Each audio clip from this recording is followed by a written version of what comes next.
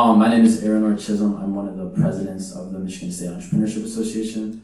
Currently a junior studying marketing and entrepreneurship. And yeah, I think I do a plethora of things on campus, and currently have a podcast, talk to a lot of different people, and yeah, it's been a pleasure being at MSUEA this year, and there's a lot of cool people here, and I'm excited to talk to some cool people today. So if you want to start, maybe name what you're working on a little bit more. Hey, is the mic on? Hey, is the mic on? Yes, oh no. Hey guys, I'm Sagar. I'm the CEO of Targetist. I'm a sophomore studying computer science at Michigan State University, and I'm so excited to be here and present my stuff to you. Thank you. Hi everyone, I'm Alina. I'm a freshman here at State. I'm studying finance and entrepreneurship, and I'm the CEO and founder of Candy. Hey guys, Mike Meadows from Pints. As you guys probably tried, we make protein ice cream. All of our pints have 30 grams of protein, and we actually manufacture it here on campus over at the dairy store. And I'll let Paul introduce himself as well. Great. Thank you for having us, Eleanor. My name is Paul Reese, CEO and co-founder of Protein Pints, so with this guy. And yeah, really appreciate you guys taking the time out of your day to be here and learn more about entrepreneurship. If you guys have an idea, this is the place to be. EA is the best. And yeah, please feel free to connect after this if you have questions. Cool. Thank you guys so much. I guess getting into it while you have the mic over there, maybe you guys can both tag along on this, because I know you guys are co-founders, also childhood friends. Do you guys want to talk about what your startup does, and then maybe how it got founded, real quick? Yeah, so Michael and I have been best friends since we were, I think, 5. We met on the school bus, like in elementary school. You guys remember the bus buddies? Anybody have bus buddies? Raise your hand. Anyone bus buddies? Yeah, a few. Well, we had bus buddies, and it was just like you had a buddy on the bus. So that was us, and we lived close, so I think that was a big part of it. And best friends ever since. Every single summer, Michael and I were trying to come up with some idea or solve some kind of problem. We would do like the lemonade stand. Anybody do lemonade stands? Yeah? Cool. Anybody play Minecraft here? Okay, some more hands. We also played Minecraft and other cool building stuff. So that was kind of how we met. I can let Michael talk about a bit about how we got founded. Yeah, I said that we created Protein Pints because it was something that we wanted. One day we had gone to the store looking for a protein ice cream, and we're pretty shocked and quite frankly disappointed when we didn't find it on the shelves. So we ended up buying an ice cream maker and then just started making all sorts of witches brews of protein ice cream, throwing protein powder and milk and all sorts of different stuff into the ice cream maker and making it for ourselves. And we quickly realized that it was one of those ideas like, hey, we could definitely start a company around this and commercialize it. So that was about 2 years ago, back in February of 2022, and we've been going at it with everything we've got ever since. A lot in between then and now, but I'm sure we'll get into that later. Yeah, we'll get into that. Okay, cool. Thank you guys so much. Alina, you also have a food-based product. Do you want to talk a little bit? I know maybe start. Yeah, I do, in just fact. a brief overview. So I came up with the idea for my business when I was 7 years old. I took a trip to the bank with my dad. The bank teller offered me a sugary lollipop. Feels like a pretty universal experience. But for me, as a very tenacious and curious kid who was always looking for fun inventions or ideas to compile into my idea binder, I asked, why can't I make something that's better for my teeth that my parents will say yes to? And I started doing some research, and I found that there was actually nothing on the market that was zero sugar, that was marketed towards kids and families, and that actually tasted good. And so that not only was there a market gap, but I also found that tooth decay was the single greatest epidemic facing kids in America. And that's a pretty staggering statistic. Millions of kids in the United States and worldwide are struggling with tooth decay. And I thought, this could be a really unique delivery system to solve this problem. So over the course of 2 years, I developed, formulated, taste tested, and finalized what now is the #1 zero sugar lollipop in the world. And and we're in about 20,000 stores in the United States. We're in about a dozen countries, and we're growing our small team in West Bloomfield, Michigan, if y'all are familiar. Yeah. Cool. And then kind of going on the other side, 2 food-based startups, businesses, a tech-based business, right? So, by the raise of hands here, is anyone interested in tech in any way, shape, or form? A few? Yeah, okay, a couple. So this might be for you, so listen up. Alright, so basically, my story starts with a big disaster in one of my days. I think it was one of these days where I had like a lot of homework and a lot of things to do. And I just got overwhelmed by the amount of stuff that I had to do, and I just completely shut down. And the thing was that I realized that I was so overwhelmed and I shut down because I didn't have anything scheduled, I didn't have anything planned. So that's when I wished, oh my God, what if there was something that could take all my homework and tell me when to do it so that I don't have to worry about it or plan it. So that's how Targetist was born. Okay, awesome. And you guys are all part of Burgess, right? Yeah, we're all part of Burgess. Do you want to talk a little bit while you have the mic, a little bit about what Burgess is, and maybe each of us can go around and talk about how that's like impacted our journeys. And as students, guys, we're all able to be a part of Burgess. Many of us in the room probably already are, so yeah, let's talk about it. Alright, so we're part of the Burgess Launch Program, and Burgess is the entrepreneurship cell at MSU here, which helps us grow our startups in a way that we never thought we would be able to grow. It provides us with so much support, mentorship, and guidance that we find invaluable in our efforts. Yeah, so even just as a freshman, I joined Burgess through their discovery program. So you sign up for the minor, join the discovery program. Essentially, just like the name, you discover your venture. Or if you have an existing idea, you can bring that in, go through the process of creating a business plan, talking to the mentors. They have entrepreneurs in residence, EIRs, and then once you make it into the launch program, there's funding opportunities, pitch competitions, all sorts of great stuff. So I couldn't recommend it more. And you know, you guys have really been what I view as the pinnacle of like a Burgess success story. You know, Paul and Michael have definitely exemplified what you can do with the resources here at MSU. I hope to follow in the footsteps. I feel like we're following your footsteps, Lena. So yeah, I'd love to ask you guys, who here one day maybe wants to work for themselves? By a show of hands. That's a lot of hands, okay? You keep those hands up if you're part of Burgess, the Entrepreneurship Institute. Okay, so a lot of hands went down. That's interesting because I don't know if you guys know this, but you're at one of the best places in the United States, if not the world, to get started on your own company or idea, or even start building those skills that are gonna help you transition into running your own company one day, right? And let's say you don't even start your own company, the skills of an entrepreneur are so valuable even when you work for something else. Because any company is gonna value you creating value within their organization. That's just called entrepreneurship.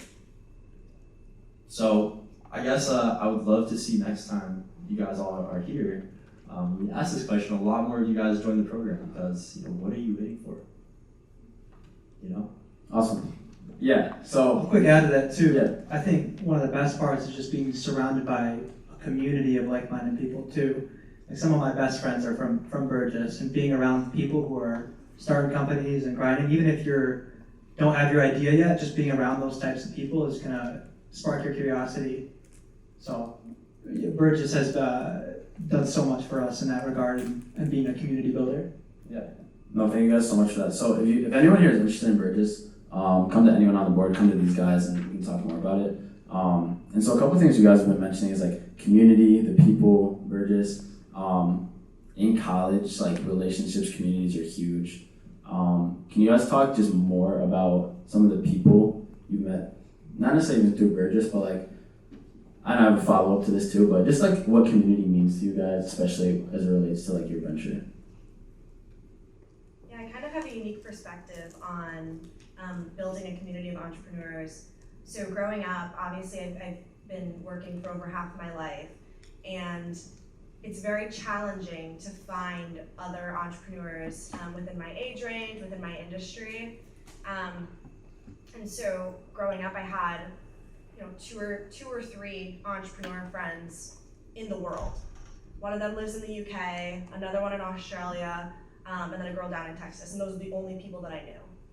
And it's so alienating. It's very challenging to feel supported or feel seen or heard when there isn't people doing similar things. And now coming to MSU, it's been absolutely transformative to be surrounded by people that are so passionate about entrepreneurship and business and wanting to collaborate and just wanting to hear about the good stuff, the bad stuff, and problem solve together. And I think that that's a really special environment that you don't get anywhere else. And this community that's been cultivated by Burgess and cultivated by the entrepreneurial professors on campus, it's just really special. And as somebody who's kind of been around the block, it doesn't exist other places. There's pay-to-play collectives that are guised as communities, but you really don't get this authentic, organic, collaborative mindset. And so I encourage you to really consider, the people that are sitting in your entrepreneurship classes, in your business classes, networking with them. Because that community may not pay off right now, and maybe it doesn't seem very valuable, but down the line, those people are chances are taking a similar path as you. And they could be very valuable as business connections, as people to lean on for support, as mentors. So there's so many opportunities at MSU to get involved with, various speaking engagements, to get inspired, networking events, to just meet other people and communicate your passions and hear their stories. There's no place like it. No, I think that was a really good answer. Thank you so much. And yeah, like communities are huge. Michigan State being a community of like 50,000 plus students, so you never know who you're gonna meet. There's a lot of cool people here. And kind of going into that, so I don't know, does anyone hereby raise their hands, listen to podcasts, watch podcasts, YouTube videos? Yeah? Okay. I love podcasts. I love asking questions. And so this question sounds like it's out of a podcast, and I want to go through everyone here. What does your day in the life look like, especially being a student entrepreneur? So I'm thinking wake up to go to sleep. What does that look like for you? I don't know. Who wants to start? Okay. I'm a very nocturnal person, I'm going to be honest with you. So my day starts off super late as I can manage to get to class and still function. So a big part of my day is obviously my classes and my homework and my academics and stuff. But then approximately every day I spend around 2 hours just working on my product, on my company, and seeing where we can go about with the future. And yeah, I pretty much go to sleep at 3 in the morning. So most of the company work happens between 1 o'clock in the morning and 3. So it's fun. You guys jump into it. I just did a lot of talking. What time do you wake up? How much sleep are you getting? See, depends on my class. If I have a class at 10:20, I wake up at 10:10. That's great. Wait, what year are you in? What's your major again? Just so. I'm a sophomore CS major. Sophomore CS, okay. No, that's funny because so my co-president over here, Kevin, he usually wakes up around 4 a.m., 3:30 a.m.-ish, so it's some people are waking up and others are going to sleep. Wait, what about you guys? So I know you guys have a little bit more of a unique student journey kind of student. Can I call you guys students? Yeah, no, 100%. So while not traditionally a student, I consider myself a student of the dairy complex. So when we didn't go here originally, we actually transferred to Michigan State specifically for the community and entrepreneurship. So when we came here, Paul became a student, and I got a job at the MSU Product Center working for the dairy store and the dairy complex to learn how to manufacture ice cream. So my day-to-day mostly is there at the complex. I've been working with them for over a year. So if you've ever had dairy store ice cream, chances are I probably made it or been there at the production run where it was made. So I spent a lot of time there. For example, yesterday we just did our first continuous run on their equipment over there for protein pints.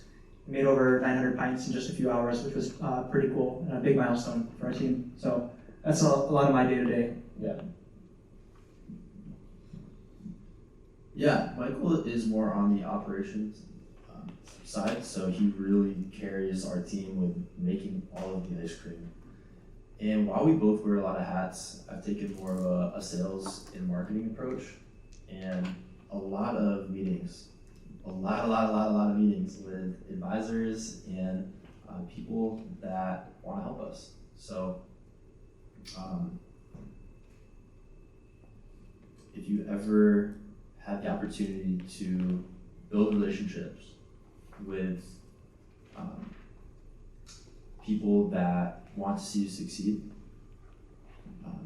take the time to develop those, for sure. That's probably 90% of my job is building relationships with the right people. You have something to add? Yeah, I do. I wanted to go back to that community piece too, because we talk a lot about the community that's here. And we talked about, Lena mentioned like, you never know who your classmates are gonna end up being down the line, but that extends to like the Spartan Alumni Network. We've received the most support from alumni in the industry, and that's where we get a lot of our advisorship, guidance, access to other resources. So the community extends beyond the campus and out into the entire nation. You'll find Spartans everywhere you go. I mean, we were just in California last week, and you'll see people wearing the Spartan green, and you just yell go green, they'll go white, and all of a sudden you can spark up a conversation and you have a connection in your industry right there, just because that one common thread. So the community really extends beyond the campus. Oh, that's awesome. There's a national and like global presence of Spartans. I think that's really powerful. And then going back to like the day in the life question, I know Lena, you still haven't touched on that yet. I'm curious for you guys. So I have a roommate, and I've been living with him technically since my freshman year of college, like 3 years now. I'm curious, do you guys live with each other? Like, you know what's so unique about that too is that you guys can have conversations that only you guys can have because of like that rapport and the connection, like relationship you guys have built. And so, yeah, how is that? Yeah, we live together. Yeah. No, actually it was... Are you talking about business all the time, or is it like... I mean, pretty much. Yeah, late in the night, yep.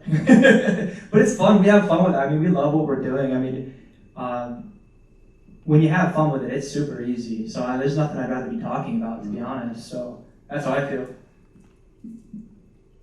Yeah, Michael and I are best friends. Does everybody here hopefully have like my version of Michael in their life? Yeah, everybody have a best friend. So it's pretty easy when your co-founder is your best friend. I'm sure we all fight with our best friends, right? And we all make up. The great news is that Michael and I have seen it all. Trust me, I've seen it all. What you don't want to happen is you meet somebody and you are with them for a few months, and then you guys go right into your idea together. It's like, think of it like dating. You know, it's gonna take a bit more time than a few weeks or a month or so for you to really build a strong relationship with that person. So yeah, just be careful, I guess. Cool. Would you guys say you got like lucky, maybe? Yeah. Yeah. Sure. Okay. Cool. Alina, do you have anything to touch on the day in the life question? Yeah, my day in the life is pretty mundane. Truly, most of the time you'll see me sitting at Road working for like extended hours, and if I look disheveled, it's because I probably am, and I apologize. But on top of just like freshman prereqs and just kind of the BS classes, it's, yeah, I mean, it is kind of, but it's a lot of just computer work. And honestly, to be an entrepreneur in a very digital age requires a lot of time on your phone, on your laptop, meetings, emails. it's definitely very taxing to be on the tech all day long, but that's a lot of what my day looks like. I'm on the club tennis team here at MSU as well, so that's a fun de-stressor in the evenings. Yeah, I have a lot of international meetings, so those tend to be very late at night, and so my roommate definitely doesn't like that, and I apologize to her frequently, but I don't know, my day is pretty boring. I truly, honestly, if you're around Broad, most of the day I'm sitting there looking disheveled on my laptop, so. I feel like boring is subjective. I'm pretty sure there's some exciting things in there. Oh, she travels around national, Yeah. pitching, doing all sorts of stuff. So I think she's downplaying it a bit. If you've ever seen her social media or any of the stuff she's done, but Cool. I have questions for like you two mainly. Being, I'm just gonna say, a more traditional student because you guys have a really interesting thing going, which I think is really cool too. How do you like balance working? Is that something you think about? Like, where are your priorities at when it comes to like school versus your startup? And like, I guess try to be honest if you can. Like, are you guys entrepreneurs first or students first? Yeah, I'll just touch on this really quick. I was not going to go to college, so I am definitely an entrepreneur first. My studies absolutely are super important. And I say this, it kind of makes me sound like a bad student. I truly, put all my effort in, put the hours in, but like business comes first. And if there's an important meeting, that takes precedence. And I think that that's a really important priority to have set in your mind. You kind of can't be stuck between the two worlds. And balance really doesn't exist when you're an entrepreneur. You're going 100% of the day. And you have to be willing to make those personal sacrifices.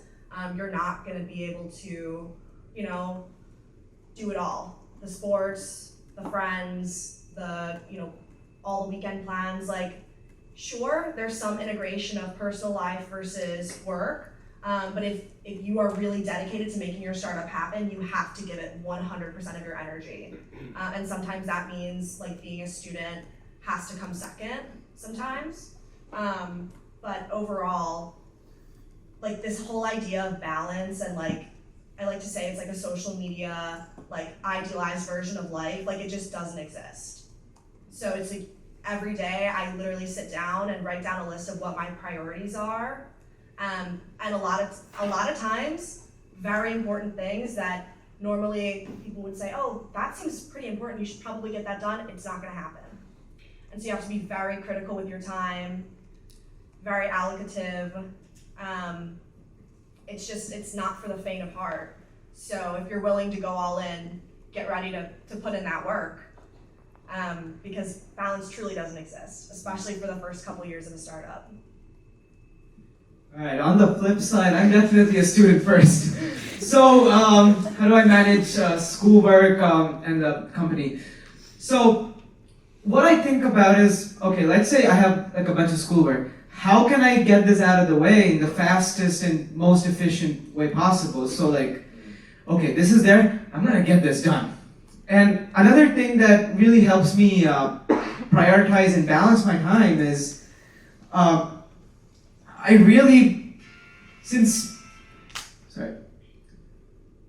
I have to do so many things, I am often thinking, do I really want to be doing this at this moment? So that just helps me prioritize a lot of things and make sure that anything I do, it is either for my schoolwork, it either gives me like immense happiness, or it forwards the cause of my company. And I have to balance my schedule a lot, and incidentally, that's one of the things that our company is doing. It's a big thing. So, yeah, it's all about balancing. For example, I had 2 exams today. So, to study for that, I think I slept at like 4 in the morning, just studying from 2 to 4. And then now here I am, pitching and talking to y'all here. Awesome. Cool. You have a team, right? Yeah, I do. So how many co-founders and yeah? So we have 3 main people on our team. So the way this thing works is we have our CTO Mufis and we have our COO Rowan over there. So the way that things work is we have to really balance and systematically allocate tasks to what we are best at and what we really have the time to do for that day. And having a team definitely helps a lot, but again, it's all about, as you said, it's all about you have to be 100% here, and because I'm a very committed student as well, I have to be 100% there as well. So it's like, it's very hard work. Wow. You have a team, and can you guys talk about like the importance of a team maybe? And I guess with us all being college students, I'm sure we've all worked in teams, group projects, and in your guys' situation, you guys are like doing that in a real world business context while at school. So can you talk about like the importance of teams, what your team looks like? I'm just really curious about teams. Yeah, of course. I think you said something about the choosing your co-founders like dating. It's very important about the team you have. I'm insanely grateful to have the team that I have, is because we're all not perfect in everything. And I'm very grateful for my team because where my strengths are, I can bridge the weakness of the other people in my team. And where my weaknesses are, they can bridge the gap all the time. And another advantage of working with a team is you can sometimes see the big picture.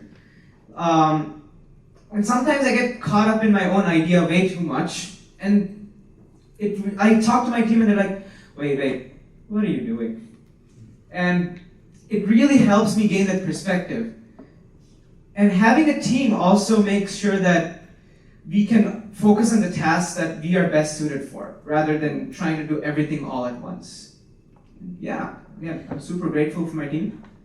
And I'd like to pass it on. Yeah, no, that's great. Do you guys have anything about teams? What does your team look like? I think so. You're gonna have people that you're paying money, and then you're gonna have everyone else that wants to see you succeed. So that, for example, would be like my mom. You know, we're not paying my mom, but I feel like she's on my team. So I think the important thing that I found is to try to include as many people in your guys' success as you can. Try to include everybody in your success. That's what we've done, and it has helped us in so many ways. There's been people that that have just done amazing things for us, and amazing acts of kindness, because we said a simple thank you, you know, or thanks for your help. So try to include as many people as you can. What you just reminded me of is kind of like at like football games, how like, yeah, like if you're in the student section, you might not be like catching a touchdown, but you're still like a part of the game, you know? So like everything matters, everyone matters, right? Exactly. Like even like those of you here today, like supporting Protein Pints, ZoliPops, Targetist, like leaving the Google review, like it means a lot. Yeah. Thank you guys. For that, it helps a ton. So thank you. Do you have any thoughts on teams, importance of them? Yeah, I've spent a lot of time building my team. We have about 15 people on our team across all sectors: sales, marketing, logistics, warehousing, social media, something we've been recently growing. And I've also had to do the not fun parts of growing a team: hiring, firing, dealing with all of the bummers, you know? You bring someone on, you're really excited about it, and then it doesn't really work out. And that's just kind of a part of the journey, it's a part of the game. So I would say in terms of team building, making sure your interviewing process is extensive. And if you know the person you're interviewing or the candidates aren't really down for an extensive interview process, maybe that says something about the type of candidate that they are. And so just being really specific, because as entrepreneurs, we can't afford to waste time. Time is truly currency. And so when you're building your team, be really selective and look for people that are gonna stay, you know, a couple extra hours to get the project done. People that are gonna come in on the weekends and put the time in and be equally as passionate about your idea, and you know, people that wanna share in the success. Because some people want to come in at 9 and leave at 4:30. And that's fine, but that's not the type of people that you want when you're building your internal foundation for your team. But it doesn't just stop with the hiring process. it extends into what are you doing on a daily basis to connect with your team members? You know, are you asking them about their personal lives and caring about them on a personal level and making them feel seen and heard and important? Are you, when building like an equity table, like are you including them in a way that they feel they're valued as an integral part of your success and the success of your brand? Do you feel like, even when, well, that's kind of dark, I'm not gonna say that. There's just there's so many ups and downs with business, and you really wanna find the people that are gonna be there for that roller coaster ride. And then on, a final note, there's so many great books and audiobooks and podcasts about the infrastructure of team building. For example, in my company, we use EOS, it's Entrepreneur Operating System, and that's a great way to align your team. So, any recommendations on the book side, I feel like is also a really important thing. You guys have any books you recommend? Bible. Bible. I like that. Yeah, and you touched on a few things actually I want to talk about as well. One of the things being like challenges. So even as just as humans, guys, as students, we all have like things we go through. Life's not that easy. In your businesses, and I guess connected to your personal lives, because being an entrepreneur, it's like sometimes like you are the business, like in the sense that you're not your product obviously, but you're the person, you're the face of the business, you're the person running the business, you're the person with the vision. So can you talk about either the challenges that you have faced in your business or maybe the business itself? We can really start with anyone has anything in their mind, but so what was the challenge, and then how did you overcome that? What did you learn? So, yeah, you're absolutely right about you being the business and the business being you. And it is very easy and maybe even necessary that you love your own product and you love your own business. And any setback or any challenge that you might see, you will take it personally. I'm going to be honest with you. And I think personally the biggest challenge that at least we in the tech sector have is, you have all these big tech giants every day, Google, Microsoft, Apple, Nvidia. Everyone in the tech sector is huge.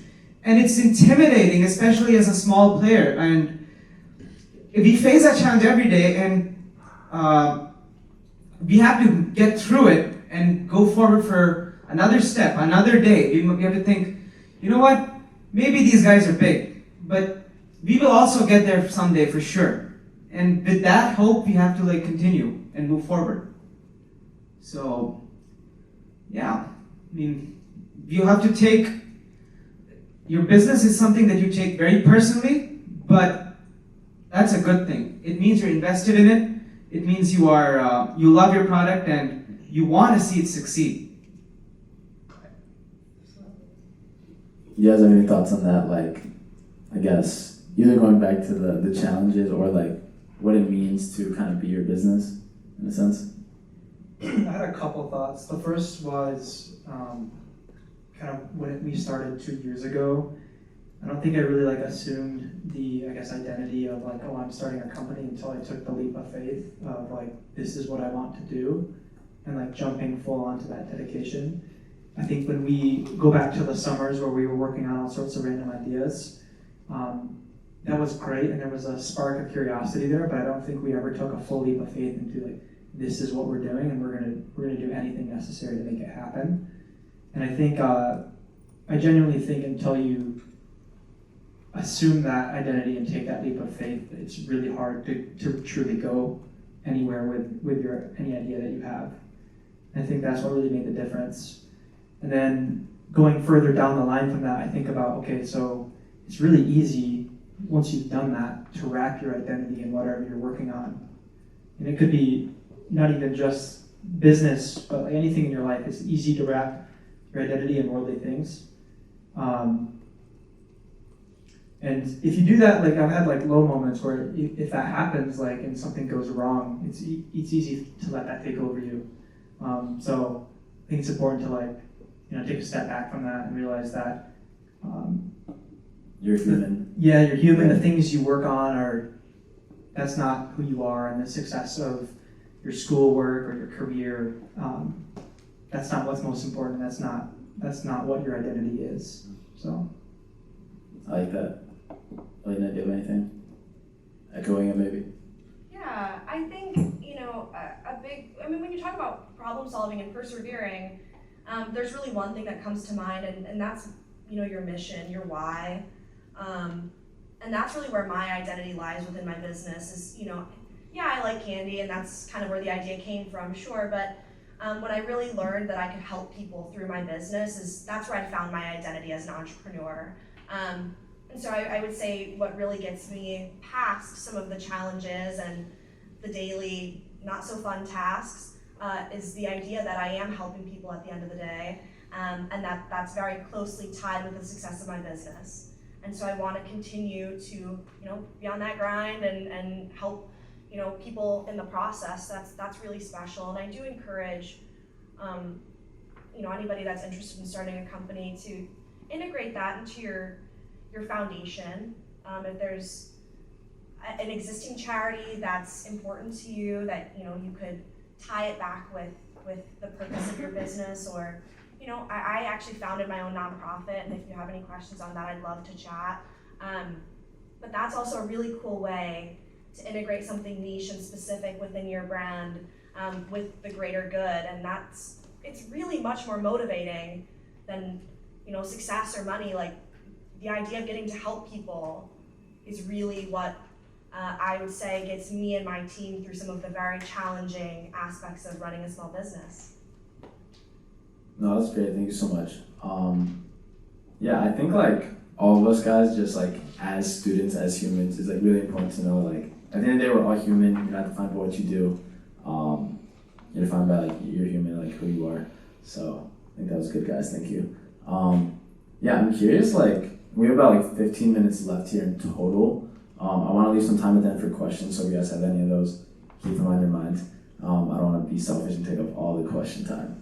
But what makes a good entrepreneur in your guys'? Like if you guys could build an entrepreneur, make an entrepreneur, and one thing that's really cool is like entrepreneurship is really wide.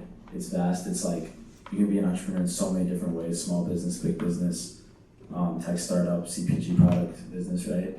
And so, what makes a good entrepreneur? What skills do they have? What mindsets do they have? What do they look like? I don't know. Anything. You can go ahead. I'm curious to hear from the audience. I wanna know what you guys think. What do you guys think makes a good entrepreneur?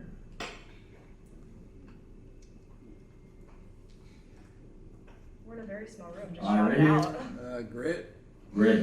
Grit. Yeah. What else? Passion. Right. Discipline. That's a big one. Yeah.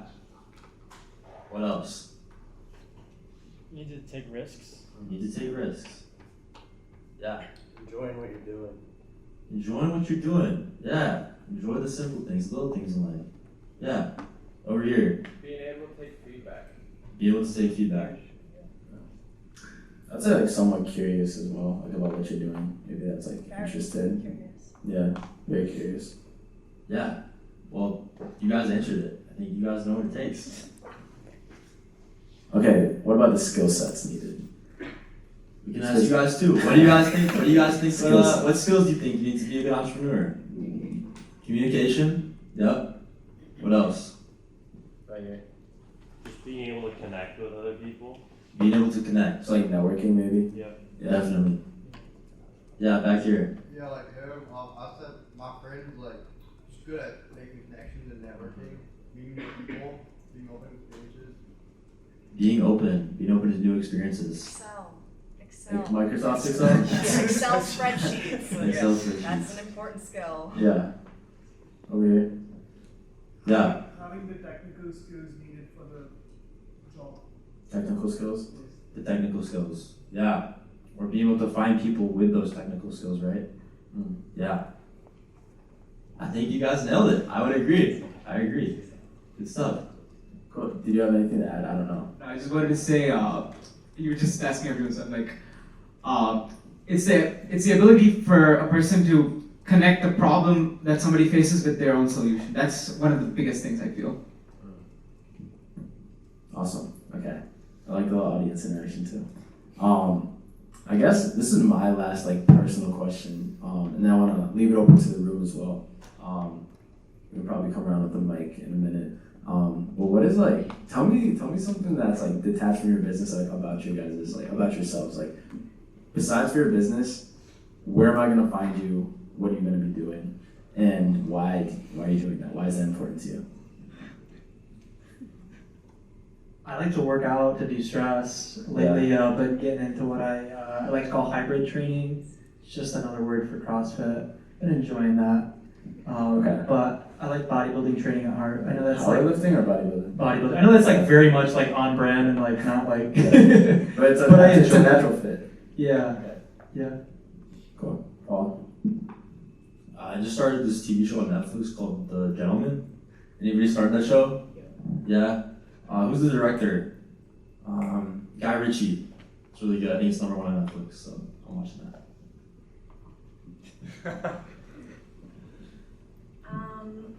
Like I said, I'm on club tennis, so that's a really great distressor.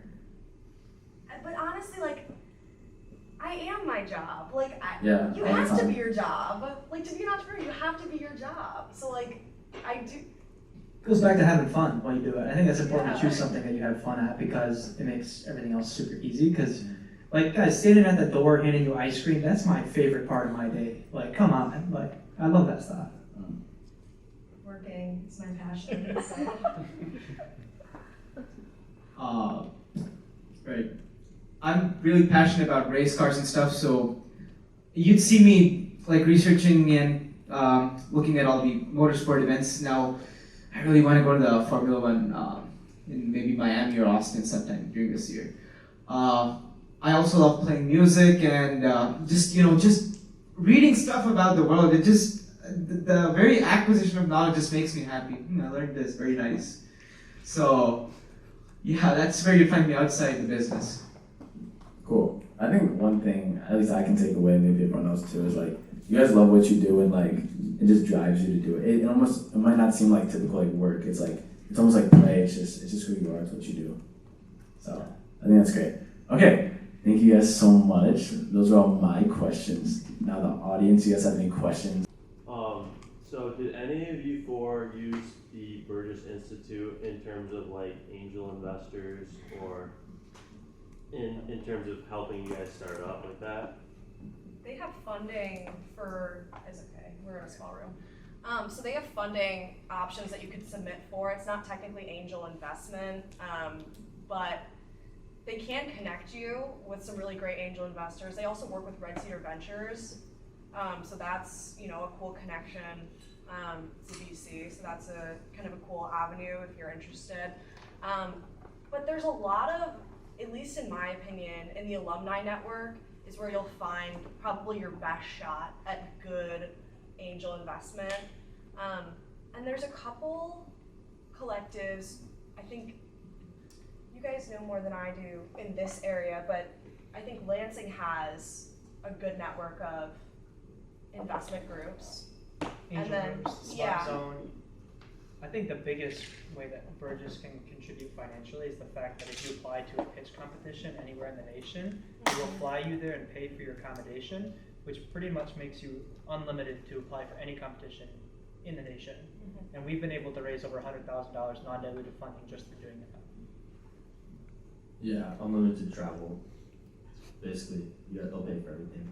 So whatever travel that you guys book, if you want to go to like Colorado, just find an alumni in Colorado and schedule a meeting, and they'll pay for it. And that's like flights, housing, food, Everything. yeah. Actually, I think you get money to go, so they usually will make a little bit of money on the trip. That's insane. Okay. Yeah, right here. For like the food products, how do you like test your products and know when it's kind of ready to go? I guess. Are any, before the answer, are any of you guys in the venture kitchen by chance? No? No, you gotta talk to the Yukta? Yeah, I know MSU has a venture kitchen kind of where you can like, union. in the union where you can like develop, I'm actually not too familiar on it, but I know you can develop, test, make your product there, and then, I don't know, these guys are probably more experienced with the rest of that. Yeah, I've used the Venture Kitchen. It's a nice space. We don't make like the ice cream there. I used to store the ice cream there. If you guys don't know, the Venture Kitchen is on the second floor of the MSU Union. It's just a pretty sweet space, so you can do any baking or cooking there or whatever. So, can anybody guess how many grams of protein pints had when we started, like per pint? Yeah, right here. 45? Not 45. Anybody else? 20. 20, we got a 20. 30. 30. 40. Anybody else? Yep. 10. 100. Close. It was 75. So, our first iteration of protein pints had 75 grams of protein in the pint. So that just goes to show, like, we did dozens and dozens and dozens of iterations to get to where we're at now. It has 30 grams of protein now. Probably have 4,000 of those samples handed out, or more at least. I don't even know. It's so many. Yeah, so it was just like a constant feedback loop of getting feedback and going back to the drawing board. So How did you decide to have 30 grams of protein? And the second question, what's the source of protein? Is that whey? Is that a whey protein? Whey isolate, yep. Okay. So it's a good question. Why did we choose 30 grams of protein for our pints? Has anybody here, does anybody use protein products or shakes here? Yeah? Has anybody seen 30 gram, that number, on a protein shake or a bar? Yeah, so it's a pretty common one. We originally had 45, I mentioned 75, but the one in stores had 45, and we found that was just too much for a lot of people. And then on top of that, we were able to lower the calories. We found that people are looking for lower calories in ice cream. So now we're at about 400 average calories per pint, and it used to be 600.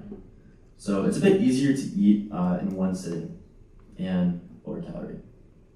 So did your sales go up when you were doing 30? Oh, we don't know yet. We don't know. We haven't launched the product yet. We're going to be launching it April 17th in 10 new Meijer stores across Michigan. And that will be our first test for the 30 grams. Oh, cool. Great. Yeah, right now if you go to stores like the MSU Dairy store or a few Meijer stores, it's 45 grams per pint. Just in terms of the product development side, the question you asked, there's food scientists you can reach out to via LinkedIn. They can do remote, or if they're local, like in-person trialings as well, and tests for various properties. And I think that that's really important, especially if you're looking for a product to bring to market. You have to ensure not only that the facilities are validated, but that it's something that it's passing inspection, it's passing tests, because that's obviously a huge challenge and something that retail partners are going to be super concerned with. Now, in terms of also trialing, I would definitely recommend putting different focus groups together of various different ages. It's really easy on college campuses to do like college students, but just looking at your target market and trying to put together test groups of like 50 to 100 subjects is really a good measurement of if that product's really working. Did you have a food business idea or something like that, or were you just curious? Yeah. You do? Yeah. Are you guys in Burgess? No, we're not. You guys need to get in Burgess. That's what we're thinking. We're like Yeah. a weekend. Let's go. Awesome. Give it a round of applause. Yeah, that's That's awesome. cool. I love that. You're gonna celebrate that. Okay. Any more questions? Anything that's on your mind?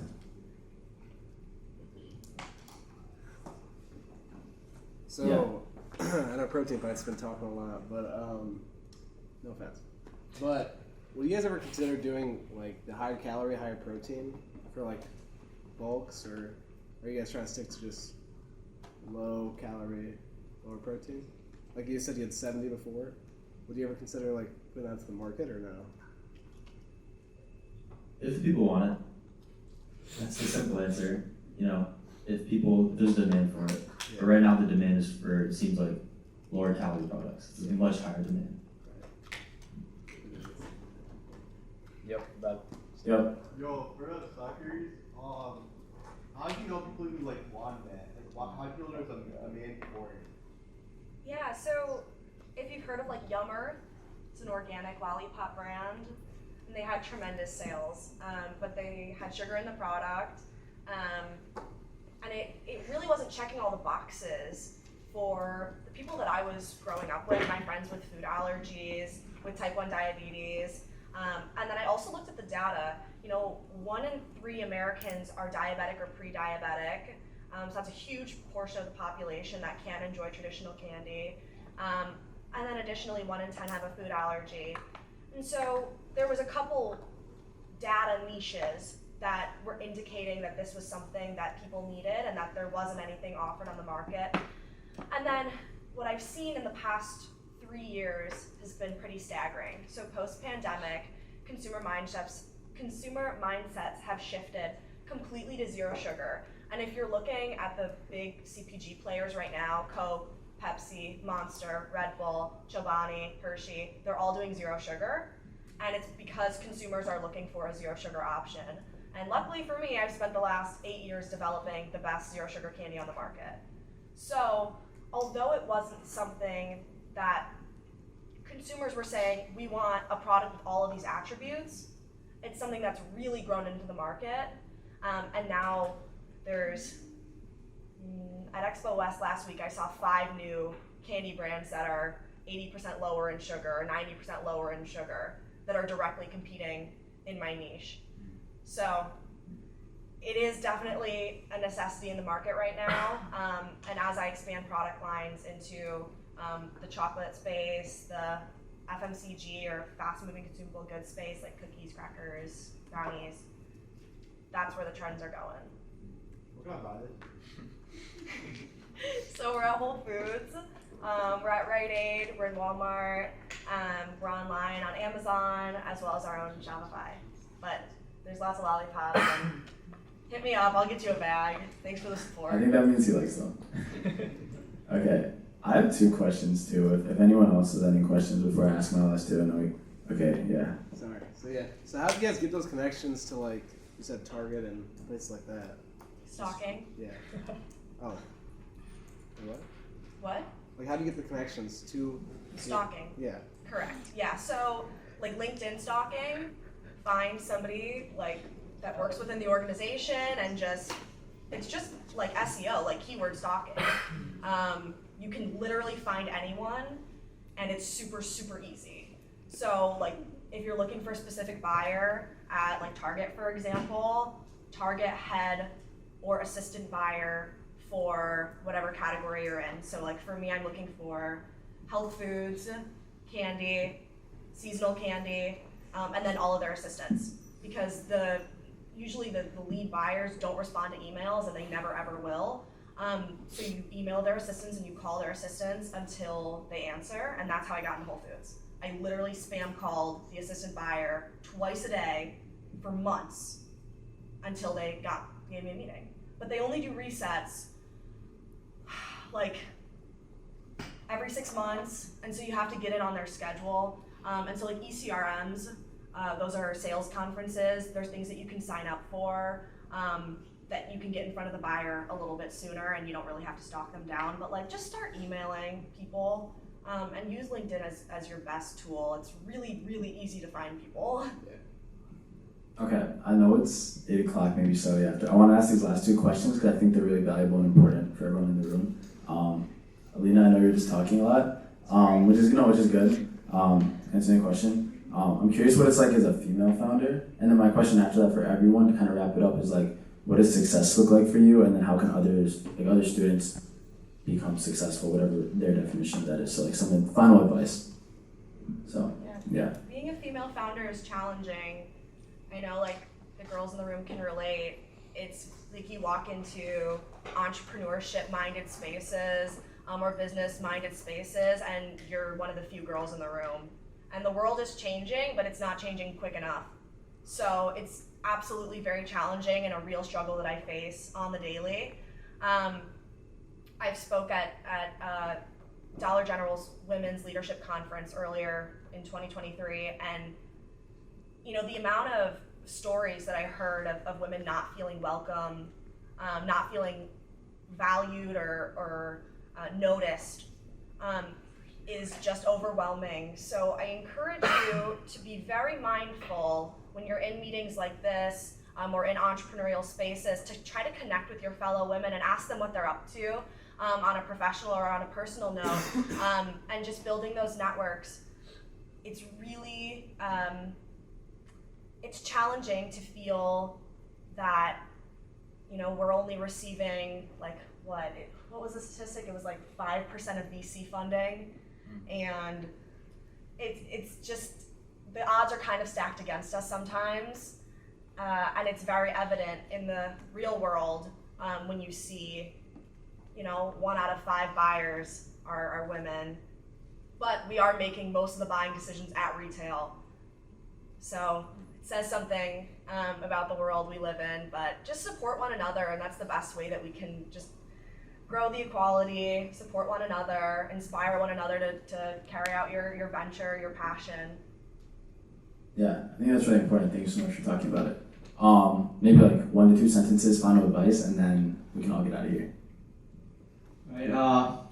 To close it, I feel you have to love your product. You have to love what you do, because life is sometimes very hard. And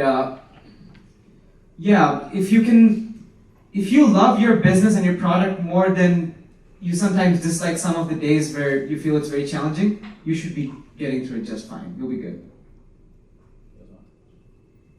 Yeah, Mike and I will stick around. Really appreciate your guys' time tonight. Thank you for coming out. Any last advice, Alina? I can give some advice. Just do it.